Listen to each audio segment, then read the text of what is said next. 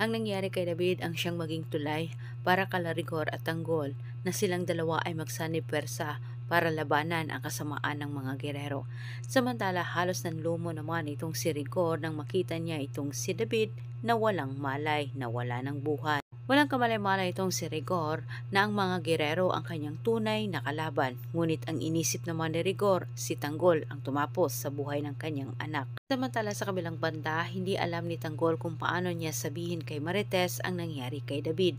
Ngunit diretsang sinabi pa rin ito ni Tanggol. Wika nito, kailangan umanong malaman ni Marites ang totoo. Hindi ba tanggap ni Marites ang masamang balita ni Tanggol para sa kanya, pero isa si Tanggol sa sinisisi ni Marites sa nangyari kay David. Wanag ni Tanggol wala umano siyang kinalaman at dagdag pang sinabi ni Tanggol na si David umano ay inutusan ni Miguelito na siya'y itumba. Samantala sa kabilang banda, nagdadalamhati si Rigor at ganun din si Marites at Tanggol, pero ang pamilya Guerrero natutuwa sila sa nangyari. Sinabi ni David kay Fatima, isang halimbawa lang umano ang kanyang ginawa dito kay David para makita umano ni Tanggol ang kayang gawin ng mga Guerrero.